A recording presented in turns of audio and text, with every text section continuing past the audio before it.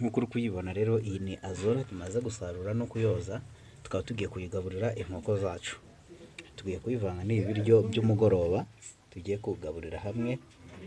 Nk'uko urimo urabibona, tugiye kuvanga ibi biryo byacu n'iyi azora, akaba ari ibiryo bya nijoro.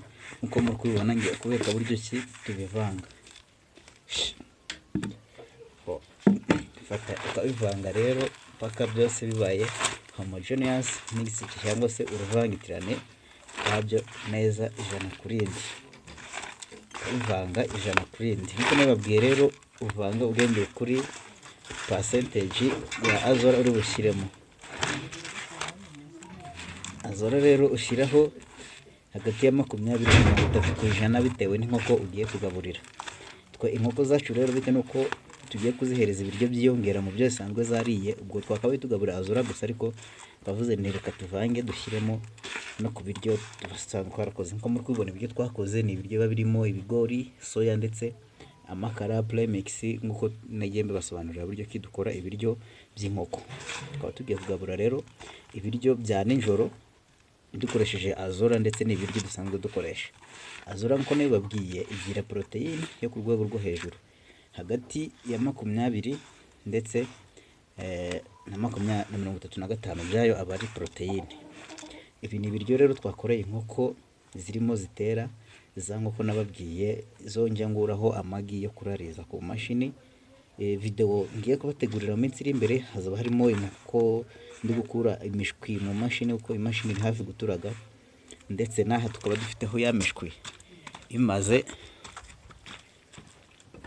iminsi mike iri muri brooding. Murabibona, iyi ni ya mishwi iri kubura iminsi mike ngo irangize ukwezi, duhita tuyihereza abakiriya.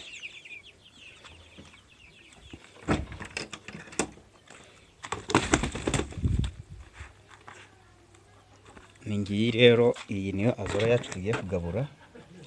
Kandebe urufunguzo rwo mu nkoko nze mfungure. We Modeste,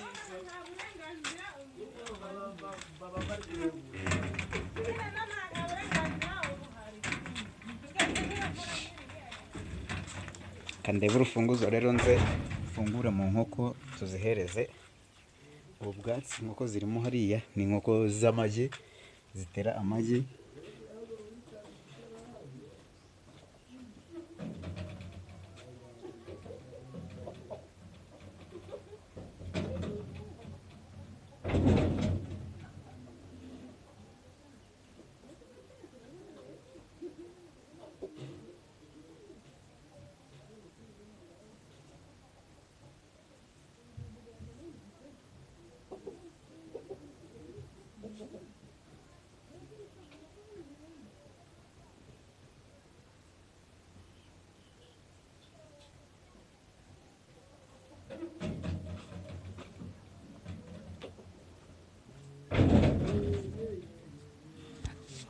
Yego, nk'uko nabibabwiye, ntegereje ko banzanira urufunguzo rwo mu nkoko, ngakwereka buryo ki inkoko ziba ziri kurya buno bwatsi. Ni ubwatsi bwiza inkoko zikunda.